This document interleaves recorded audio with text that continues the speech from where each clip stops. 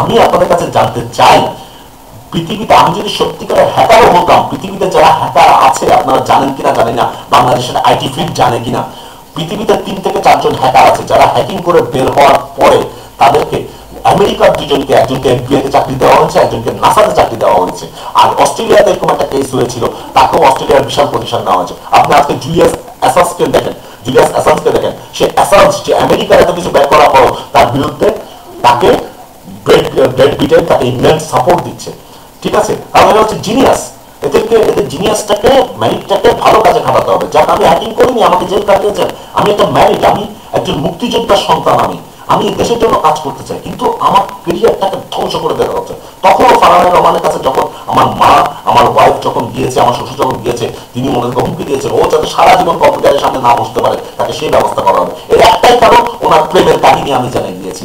উনি লন্ডনে যে মুজাহিদ নামে আরেকজন লোক আছে, তার সাথে ওখানে মধ্যে ইমেলে কি কথাবার্তা হয়েছিল সেগুলো আছে ওখানে। উনি এখানে ওখানে ঘন ঘন বিদেশ যে কি করেন সবকিছু আমি জেনেছি। কাজে আমার মুখ আর খুলতে দেওয়া যাবে না, এই জন্য তিনি এই কারণটা ঘটিয়েছেন। তো আপনার এই রিক্রুটমেন্ট প্রস্তুতি সবকিছু সেখানে আমি করেছি। এবং অনলাইন এডুকেশন সার্ভিস বলতে যেটা বোঝায়, এবং যে আজকে যে সাস মডেল, সেই মডেলের একটা রূপান্তর করেছে। এবং ডিজিটাল, আজকে যে আমাদের honourable prime minister Sheikh Hasina যে ডিজিটাল বাংলাদেশের কথা বলছে, সেই ডিজিটাল বাংলাদেশের এই মডেলটাই ছিল এটা। সেই মডেলটাই এখন প্রধানমন্ত্রীর কার্যালয়ের A2I যেটা প্রজেক্টটা আছে, access to information, say A2I প্রজেক্টের লোকজন সেটা করছে। এবং এই জিনিসগুলো 2008 আমরা করেছি। আজকে যে ই বুক, এই করা সেই করা, তারপরে যে ডিস্ট্যান্ট লার্নিংটা আমরা করবে, ভার্চুয়াল ক্লাসরুম, সবকিছুই তখন ইউটিউব 24 দিয়ে করে আমরা করেছি। তখন দেখলাম যে তাদের কাছে পাসওয়ার্ড থেকে শুরু করে তাদের কাছে সবকিছু আছে, তানভীর এবং রূপম চাকমা পাসওয়ার্ড থেকে শুরু করে সবকিছু বলছে।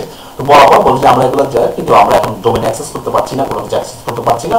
আপনি জানেন এর আগে জিমেইলে ডোমেইন ট্রান্সফার করার জন্য আমি ওদেরকে একটা কাজ করে দিয়েছিলাম। ওদের ফারহানা রহমানের আরেকটা কোম্পানি ছিল, ওনার আরেকজন পার্টনারের সাথে আরেকটা কোম্পানি কি জানি নাম, ওটার সাথে পার্টনারশিপ করতে। তো ওদের ইমেইলটা বলেছিল জিমেইলে ট্রান্সফার করে দিতে, আমি জিমেইলে ট্রান্সফার করে দিয়েছিলাম। তো বলেছিল যে আপনি জিমেইলের ডোমেইনে এগুলো ট্রান্সফার করতে পারেন, আপনি এটা করেন, আমাদের জিমেইলটা এনে দেন, আমরা পাসওয়ার্ড আপনাকে দিচ্ছি।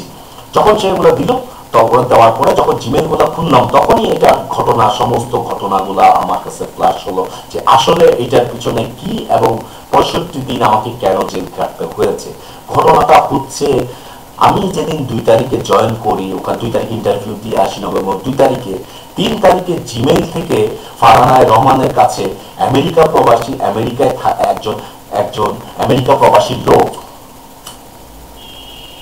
ওনাকে জিমেইলে ইনভাইটেশন জানায় যে আপনি আমার ইনভাইটেশন গ্রহণ করুন। যখন ইনভাইটেশন গ্রহণ করে, তখন উনি পরিচয় দিল আমি বুয়েট থেকে পাশ করা একজন লোক, আমি সেই তোমার থেকে 2 বছরের সিনিয়র।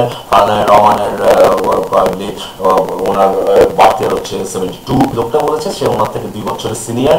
সে বুয়েটে, সে এখন বর্তমানে সে মাইক্রোচিপের উপর কাজ করে, সে পিসি মাইক্রো প্রসেসর কোম্পানি ইন্টেলের সাথে জড়িত, বর্তমানে ইন্টেলে জব করছে, সে আমেরিকাতে আছে। সে এর আগে অনেক বড় বড় প্রতিষ্ঠানে চাকরি করেছে, সে বোর্ড থেকে পাশ করা একজন ইঞ্জিনিয়ার। এবং সে তখন থেকেই বিএফ কলেজে পড়ার সময় থেকেই তার ফারহানা রহমানের প্রেমে পড়েছে, কিন্তু এখনো বিয়ে করেনি তার জন্য। এইসব কথা বলে তখন থেকেই ইনফ্লুয়েন্স করছে। তো ফারহানা রহমান সন্দেহ করেছে যে আমি যেহেতু 2 তারিখে ইন্টারভিউ দিয়ে গেছি, 3 তারিখ থেকে এই ঘটনা শুরু হয়েছে, এবং আমিও তার কাছে পার্সোনালি ইমেল করে চাকরি চেয়েছি, হয়তো আমি সেই লোক যে তার সান্নিধ্য পাওয়ার জন্য, সেই প্রেমের জন্য তার কাছাকাছি আসতে চায়, একটা চাকরির অজুহাতে তার কাছাকাছি থাকতে চায়। হ্যাঁ, কয়েকদিনের ছুটিতে হয়তো এসেছে ইন্টেল থেকে, এরকম একটা ঘটনা। এই নিয়ে ফারহানা রহমান তার সাথে জিমেলে, যেহেতু আপনারা জানেন জিমেলে চ্যাট করা যায়, সেই জিমেলের চ্যাটের অনেক কিছু শেয়ার করেছে, সবকিছু দেখলাম আমি, সবকিছু করা যায়। তারপরে মিনওয়াইল ফারহানা সে ফেসবুকে ফারহানা রহমানের সাথে ছবি শেয়ার করে, এবং সে বলেছে সে রিসেন্টলি বাংলাদেশ সফরে আসবে, তখন ফারহানা রহমানের এখানে সে ইনভেস্ট করবে এবং অনেক কিছু করবে। হ্যাঁ, তো এসব জিনিসগুলা সে বলেছে। হ্যাঁ, তো বলার পরে যাই হোক, এর মাঝখানে হচ্ছে কি, এখানে আরো ঘটনা আছে। আমার ওই যে অনেক সময় কাজ করতে করতে আমার বিভিন্ন সময় মাথা গরম হয়ে যায় একটু। ফারহান রহমান আমাকে বলেছিল যে আপনার এই আপনার যেহেতু মাথা একটু গরম আছে আপনি ডাক্তারের কাছে যান, ডাক্তার দেখান। তখন কিন্তু গ্রামীণ ফোনের প্রজেক্টটাও চলছে। এখন আমি বুঝতে পারিনি এটা কি কোনো একটা চাল নাকি। সেই গ্রামীণ ফোনের তখন অফিস ছিল সেই আপনার শিকদার মেডিকেলের কাছাকাছি, সেখানে। তো সেখানে হচ্ছে শিকদার মেডিকেলের ওখানে একজন সাইকোলজিস্ট আছে, আমাকে তিনি রেফার করলো ওই সাইকোলজিস্টের কাছে যান। তো ওই সাইকোলজিস্টের কাছে আমি গেলাম। এখন এটা কি আমাকে পাগল প্রমাণ করার জন্যই কি গ্রামীণ ফোনের অফিসের কাছাকাছি নিয়ে যাওয়া হয়েছিল নাকি, আমি সেটা আমার কাছে এখন অনেকটাই মানে আমি দৃঢ়মূল যে যিনি প্রমাণ করতে চেয়েছিলেন আগে থেকে আমি পাগল, সেই জন্য আমাকে সাইকোলজিস্টে নিয়ে যেতে বলছে। আমার ওয়াইফ সহ আমি গিয়েছিলাম, আমার শ্বশুরও গিয়েছিল ওখানে, এবং ওনার যে একটা চাল সেটা আমি বুঝতে পারিনি। হ্যাঁ, কারণ তাকে মিসলিড করা হয়েছে। আমার সামনে কাফরুল থানাতে রূপন চাকমা ওই মহিলাকে ম্যাডামকে বলছে যে ম্যাডাম আপনি যদি এভাবে কেস না করেন, এভাবে না করেন, তাহলে আইনটা আসলে যথাযথ প্রয়োগ হবে না। তো ওদেরকেও বুঝিয়েছে যে এই যে আইসিটি অ্যাক্ট 2006 আইনটা করেছে, এই আইনটার যে আসলে সুফল সেইটা দেখানোর জন্যই আমি ভান করে এগুলা করে জেলে যেতে চাচ্ছি, যাতে মানুষ বুঝে এই আইনটা। আমার তো আলটিমেটলি কিছু হবে না, আমি এমনি জেল থেকে বের হয়ে আসবো। জাস্ট মানুষ বুঝলো যে আইনটা কত কঠিন, মানে এটা যে হ্যাকিং করলে কি পরিণতি, এটা আসলে আমি বুঝাতে চাচ্ছি। আমি জাস্ট একটা অভিনেতা হিসাবে পড়ছি। আল্লাহ মালুম মানে ওদের মাথায় এসব বুদ্ধি কোথা থেকে আসে। এসব বুদ্ধি যদি ওরা ভালো কাজে খাটাতো আজকে দেশটা কোথায় যেত। আজকে চোরের দেশ মানুষ বলতো না এই বাংলাদেশটাকে, এই ফকিরের দেশ বলতো না, যদি এই বুদ্ধিগুলো ভালো কাজে খাটাতো ওরা। ব্যাপার ওখানে কেসের শুরুতে লেগেছে আমি ডিজিটাল বাংলাদেশের জন্য একটা অন্তরায়। ডিজিটাল বাংলাদেশের আমি অন্তরায়, কিভাবে অন্তরায় জানেন, কিভাবে বুঝিয়েছে? আমি আমার তহিদুল মান্নান gmail.com থেকে আমি সবার কাছে মেইল পাঠিয়েছি আমার যে মানে যে একটা বাস্তব একটা অনুভূতি যে আমি সজীব জয়, যে প্রাইম মিনিস্টারের ছেলে সায়েন্টিস্ট, কম্পিউটার সায়েন্টিস্ট সজীব জয়ের ফ্যান ক্লাবের একজন ফ্যান আমি উনি ওখানে গোলাম আজম এবং সাইদি বিভিন্ন জনের উক্তি নিয়ে উনি কিছু কমেন্ট করেছিলেন যুদ্ধ অপরাধীদের বিচার চেয়ে। আমি বলেছিলাম আমি সবাইকে আহ্বান জানি আসুন আমরা সবাই এই ফ্যান ক্লাবের সদস্য হই এবং যুদ্ধ অপরাধীদের বিচার চাই, এবং আমাদের ফিউচার লিডার কম্পিউটার সায়েন্টিস্ট সজীব জয় তার পক্ষে আমরা থাকি। আমার এই কথাটাকে ওনারা এই ইমেলটাকেই উনি ওখানে সাবমিট করেছেন একইভাবে যে এটা ডিজিটাল। আপনারা বলুন যে আমি যার পক্ষে কথা বলেছি এটা ডিজিটাল বাংলাদেশের জন্য কিভাবে ক্ষতিকারক, এটা কিভাবে হতে পারে, এটা কিভাবে অন্তরায় হতে পারে। এবং আমি যে ওনার সমস্ত কিছু মানে ওনার ডোমেইন এগুলো হ্যাক করেছি, ইমেল পাঠিয়েছি, কোনো প্রমাণে উনি দিতে পারেনি। কারণ ভালো একটা ইমেল যদি কোনো জায়গায় আজকে র্যাপ করছে, দেখেন আপনার যখন একটা ইমেল যায় তখন বিভিন্ন জায়গায় ইমেলটা ট্রেস আউট করে ইমেলটা কোন জায়গা থেকে করা হয়েছে সাথে সাথে কিন্তু বের করে আনতে পারছে, সাথে সাথে বের করে আনা যাচ্ছে। কিন্তু তারা ওই জিনিসটা না করে তারা আমাকে উল্টা আমাকে বলে যে ওখানে ও ডিবি অফিসে স্বীকার করছে। আমাকে তো মেরে মেরে সবকিছু ঠিক করানো হয়েছে, সবকিছু ঠিক ওরা তো করছে, পাসওয়ার্ড ছিল ওদের কাছে, সবকিছু ওদের কাছে, কারণ কন্ট্রোল করতো ওরা। এই ডোমেনটা দেখতো তানভীর, যে যার কাছে আমি ওপেন সোর্সের কোনো দায়িত্ব, আমাকে ছুটি দিয়ে উনি চলে গেছে ইয়াতে, অফিসের সাথে আমার কোনো সম্পর্ক। আমার যে মেইল অ্যাড্রেস tawhid@uc.com সেটা বন্ধ করেছে। যাই হোক, এরপরে ওনারা ওখানে বসে আমার ফেসবুক যে অ্যাকাউন্ট ছিল তহিদুল মান্নান দিয়ে আমার ফেসবুক অ্যাকাউন্টের পাসওয়ার্ডটা সেই বিডিকমের লোকটা সে ফেসবুকের পাসওয়ার্ড চেঞ্জ করেছে। আমার তহিদুল মান্নান @yahoo.com সেটার পাসওয়ার্ড চেঞ্জ করেছে। আমার তহিদুল মান্নান @gmail.com এগুলো পাসওয়ার্ড চেঞ্জ করে তারা বন্ধ করেছে। সেই থেকে এখন পর্যন্ত আমার এগুলোর কোনো অ্যাক্সেস নেই। জানি না এগুলো থেকে তারা কোনো মেইনটেইন করে মানুষকে ভ্রান্ত ধারণা দিয়েছে কিনা। এখন আপনাদেরকে আমি টিউটার 24 সম্বন্ধে বলবো, যেটা অরিজিনালি 2008 সনে যেটা বেস্ট কনসাল্টিং সার্ভিস লিমিটেডে আমার চাকরি করার সময় আমি করেছিলাম, এবং যেটা আজকে ডিজিটাল বাংলাদেশের একটি মডেল এই টিউটার 24। তো আপনারা দেখতে পাচ্ছেন আমার মেয়ে তাহান্নুম বিনতে তৌহিদ, যাকে রিসেন্টলি ড্যাফোডিল ইন্টারন্যাশনাল ইউনিভার্সিটিতে ভর্তি করিয়েছি প্লে গ্রুপে। সবুর খান অনেক হেল্প করেছেন আমাকে ভর্তি করার ব্যাপারে, ওখানে তাকে ড্যাফোডিল ইউনিভার্সিটি ইন্টারন্যাশনাল স্কুলে ভর্তি করার জন্য। যাই হোক, সে আমার জান, আমার প্রাণ, আমার সব কিছু। আমার এই মেয়েটার জন্যই আমি বাঁচতে চাই। আমি মানে আমার এই যে ম্যারিট সেটাকে আমি দেশের সাথে ইউজ করতে চাই। এবং টিউটার 24 ছিল ডক্টর শাহজাহান কবির চৌধুরী স্যারের একটি স্বপ্ন, R&D একটি প্রজেক্ট। মানে একটা R&D প্রজেক্ট। আমি ছিলাম সে R&D সিস্টেম অ্যানালিস্ট। তিনি আগে ভিক্টোরিয়া ইউনিভার্সিটি করেছিলেন বাংলাদেশে, তারপরে দেন তিনি বুয়েটের টিচার ছিলেন, সেখান থেকে এসে কনসাল্টিং ফার্ম করে পেটস কনসাল্টিং সার্ভিসেস লিমিটেড গুলশানে আব্দুল রাজ্জাক সাহেব যে বিল্ডিংয়ে থাকেন সেই বিল্ডিংয়ে, সেখানে প্রথমে ছিল সেটা আপনার ধানমন্ডিতে যে আজকে বেস টাওয়ার ছিল সেই বেস টাওয়ারে ভিক্টোরিয়া ইউনিভার্সিটি ওখানে ছিল, পরে গুলশানে ট্রান্সফার করা হয়। তো আমি সেখানে ওনার ইটিউটর নামে একটা ফ্রি অনলাইন সার্ভিস করেছিলাম, এখনও সেটা অনলাইনে আছে, আপনারা দেখতে পাবেন www.bafa.net.bd/etutor24। এখানে যে আপনার ইটিউটর দেখবেন।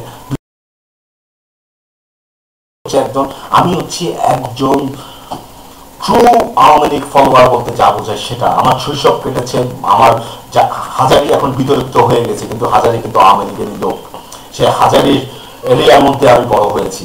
রিসেন্টলি একটা আপনার সেই হাজারির এরিয়ারই একজন লোক যে আজহার চৌধুরী জুয়েল, যে বর্তমানে বাংলা লায়ন ওয়াইম্যাক্সের ডাইরেক্টর অপারেশনস, তিনি গ্রামীণ সাইবার নেট ওয়েব অ্যাডমিনিস্ট্রেশনের জন্য আরেকটা ইন্টারভিউ আমার জন্য ডেকেছে। ডেকে ওখানে দেখি যে উনি, তো আমি তখন বললাম, আপনাকে জুয়েল ভাই, আপনাকে তো আপনি আমাকে চিনেন না, সেই ছোটবেলাতেই আপনার সাথে আপনাকে আমি দেখেছি মাস্টার পড়া থাকতেন, ক্লাস 9-এর পরে উনি পড়ালে ইন্ডিয়া চলে গিয়েছিল, তারপরে কি করে মুস্তাফা জব্বারের সাথে ওখানে কাজ করেছে, আরো কি তখন থেকে জানি যে উনি। তারপর আমাদের আরেকটা স্কুল জীবনের ফ্রেন্ড ছিল রুবেল এবং রাসেল, তারা মানে সেই রুবেল ইন্টারমিডিয়েটও পাস করেনি, কিন্তু আজকে সে সাউথ আফ্রিকা এবং এরিকসন বড় বড় কোম্পানিতে চাকরি করেছে। যা আমার বন্ধু ভালো করলে আমারই ভালো। কিন্তু এই রুবেলদের সাথে যে ছেলেগুলো, আরেকটা ছেলে আছে আনোয়ার, যে টেক ভিউ লিমিটেড নামে একটা ফার্ম করেছে। আনোয়ার হচ্ছে ফেনীর একটা রাজাকারের ছেলে, সে হচ্ছে একটা রাজাকারের সন্তান, যাকে আমরা ছোটবেলায় তাকে আমরা যোগ করতাম এই নিয়ে। তারা অনবরত আমার পিছনে লেগে আছে, তারা বিভিন্নভাবে আমার ক্ষতি করার চেষ্টা করছে। HSBC ব্যাংকে আমার পিছনে লেলিয়ে দিয়েছে, কারণ HSBC ব্যাংক আমার চিটংয়ে বিটিআর বিদ্রোহ ঘটনার আগে একবার আমাকে 4টা ছেলে আমাকে ছিনতাই করে, আমাকে পিস্তল ধরিয়ে দেয়, তখন আমি দৌড়ে পালিয়ে যাই। তখন আমার ল্যাপটপের ব্যাগটা তারা নিয়ে গেছিল, যে ল্যাপটপটা দিয়ে আসলে আমি টিউটরের কাজটা করতাম, কিন্তু ল্যাপটপের ভিতর তো কিছু থাকতো না, সব থাকে অনলাইন সার্ভারে। এখন পর্যন্ত আমি আমার সবকিছু অনলাইন সার্ভারে লাগে। ফারহানা রহমান ডিবি অফিসে ওখানে আমার সবকিছু সিজ করে, আমার সমস্ত ভিজিটিং কার্ড, আমার যত ডিভিডি সবকিছু আমাকে সিজ করে নিয়ে গেছে। ওগুলো কিন্তু তারা থানায় জমা দেয়নি। তা আমার সোর্স কোডের ডিভিডি গুলো কোথায়? সেই সোর্স কোড তারা চায় যে আমার কাছে কিছু না থাকুক, আমার কাছে কিছু না থাকলে আমি আর করতে পারবো না, কিন্তু ওরা এটা জানে না যে আমার সবকিছু অনলাইনে থাকে। আমি যেখানেই যাই, যে কিছু যাই, এবং আমি যদি মরেও যাই, আমার পক্ষে আরেকজন, আমার পরিবারের কেউ অথবা আমার ছেলে মেয়ে, আমার মেয়ে, সেগুলোকে উদ্ধার করবে। আমার সবকিছু আমি সেভাবে স্টোরেজে, অনলাইন স্টোরেজে আমি রেখেছি, তা তারা কোনোদিনও তা নষ্ট করতে পারবে না কোনো কিছু। তো সেই বিডিআর বিদ্রোহের ঘটনার আগে চিটংয়ে ছিনতাইয়ে আমার সেই ল্যাপটপের ব্যাগটা ছিল, কিন্তু ল্যাপটপটা আমি যে প্রেস থেকে আমাকে কিস্তিতে দিয়েছিল, আমি মাসে মাসে কিস্তি দিয়ে পুরো টাকা শোধ করেছি। তারপর ল্যাপটপটা আমার পুরো হয়ে যাওয়ার পর যখন দেখছি আমার বাসার একটা তখন কম্পিউটার ছিল চিটংয়ে, আমার ছোট ভাই ইউজ করতো, বর্তমানে লন্ডনে আছে আমার ছোট ভাইটা, এসিসিএ পড়ছে, এসিসিএ চার্টার্ড অ্যাকাউন্টেন্সি পড়ছে লন্ডনে। তো তার কম্পিউটারটা আছে, তখন আমি ফাইন্যান্সিয়াল একটা ক্রাইসিসে পড়ে আমি আমার ল্যাপটপটা সেল করে দিয়েছি, কিন্তু ওরা সেটা জানতো না। সে আমার ল্যাপটপের ব্যাগটা চিন্তাই করে, সেই ল্যাপটপের ব্যাগের ভিতরে আমার সমস্ত সোর্স কোডের সিডি, তখন সোর্স কোডের সিডিগুলো আমার কিছু আমি রাইট করে রাখতাম, যেহেতু অনলাইনে সব জায়গা থেকে পাওয়া যায় না, অনলাইন অ্যাক্সেস সব জায়গায় নেই, সিডিও লাগে, ডিভিডিও লাগে। সিডিগুলো আমার বেস্ট কনসাল্টিং সার্ভিসেস লিমিটেডের আমার অ্যাপয়েন্টমেন্ট লেটার, আমার HSBCর লোনের কাগজপত্র এবং সেই HSBCর আমার চেক, ওই সব সে ব্যাগের মধ্যে ছিল।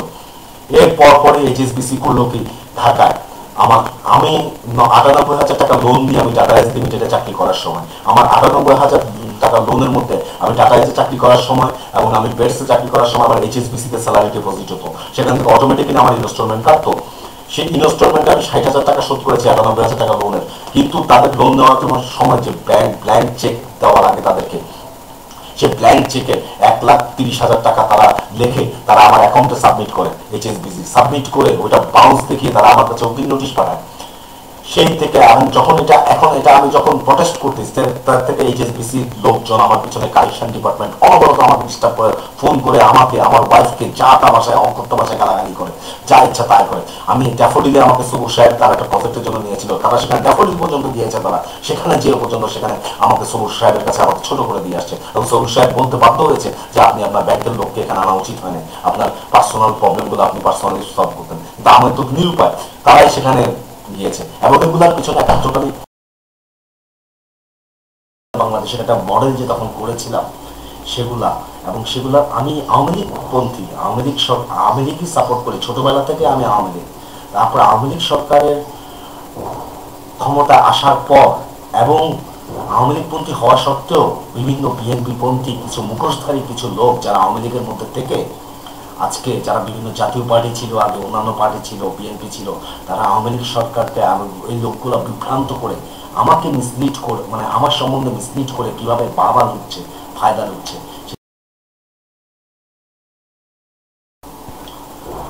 বাফা, Bangladesh academy of fine arts limited. BAFA বলতে অনেকে আসলে বুলবুল ললিত কলা একাডেমিতে বুঝেন। আসলে আওয়ামী লীগ সরকার ক্ষমতা আসার পরে বাফা ঠিক তখন বাফার ধানমন্ডি ব্রাঞ্চটা নিয়ে এবং আরো দুটা নতুন ব্রাঞ্চ ওপেন করে Bangladesh academy of fine arts নামে আরেকটি সংগঠন যাত্রা শুরু করে, যেটার মানে চেয়ারম্যান হচ্ছেন 21 পদক প্রাপ্ত নৃত্যশিল্পী রায়জা খানম ঝুনু, যার ডাইরেক্টর হচ্ছেন জাহিদ হাসান প্রখ্যাত অভিনেতা, আর ম্যানেজিং ডিরেক্টর হচ্ছে সাদিয়া ইসলাম মৌ, সেই মডেল তারকা মৌ। আর এটার সাথে আমার সংযুক্তিটা, আমার যোগাযোগটা হচ্ছে রায়জা খানম ঝুনু চেয়ারম্যানের যিনি মেয়ে ফারহানা চৌধুরী বেবি, তিনি হচ্ছেন আমার মামি। আমার মামি বলতে আমার আম্মুর আপন খালাতো ভাই মঞ্জুর মোর্শেদ জুয়েল হচ্ছেন আমার মামা, এবং তার ওয়াইফ হচ্ছেন ফারহানা চৌধুরী বেবি। তো আমি জেল থেকে ফারহানায় রহমানের সেই মিথ্যা মামলার কেসে 65 দিন জেল খাটায় বের হওয়ার পর এই আমার মঞ্জুর মোর্শেদ জুয়েল মামা আমাকে ডেকে নিয়ে গেলেন। আমাকে ডেকে বললেন যে ঠিক আছে, এবার একটা অনেক কিছু হয়েছে, অনেক ঝড়ঝাপটা হয়েছে, একটা ব্যবসা শুরু করো, আমাদের সাথে আসো, আমরা একটা কোম্পানি করি যেখানে আমরা কাজ শুরু করি, মানে পাশাপাশি বাফার পাশাপাশি। তো সেখানে A&A সলিউশনস নামে, যেটার সিটিও হচ্ছেন মানে সিটি হচ্ছে আমি তহিদুল মান্নান, আর যেটা চেয়ারম্যান হচ্ছেন মামা মঞ্জুর মোর্শেদ জুয়েল। তো বাফার সাথে আসলে আমার সংযুক্তিটা এভাবে। তো এই ভিডিও, এই টেলিকাস্টটা, লাইভ টেলিকাস্টটা আমার নিজস্ব, আমার বাসায় উত্তরা সেক্টর 11 রোড 15 হাউস 53 4তলা, যেটা সামনের পার্ট, সেখান থেকে টেলিকাস্ট করছি। এটা আমার ল্যাব, আপনাদেরকে আমার ল্যাবটা দেখাচ্ছি। এই যে জানলাটা দেখতে পাচ্ছেন, এই জানলার ঠিক অপর পাশে কিছু আমার যারা শত্রু, তারা কিছু লোক লাগিয়েছেন, তারা থাকেন। যাই হোক, তারাই সমস্ত খবরাখবর, আমার শত্রু, এবং আমার উপরে এবং আমার নিচে, মাথার উপরে এবং মাথার নিচে যারা থাকেন, তারা বিভিন্ন খবরাখবর পালন করে। তো সবচেয়ে বেশি দায়ী হচ্ছে এই যে জানলা দিয়ে যে বিল্ডিংটা দেখা যাচ্ছে, এই বিল্ডিংয়ের লোকগুলো। হ্যাঁ, ঠিক আছে, আপনার লাইভ টেলিকাস্টটা আমি শুরু করছি।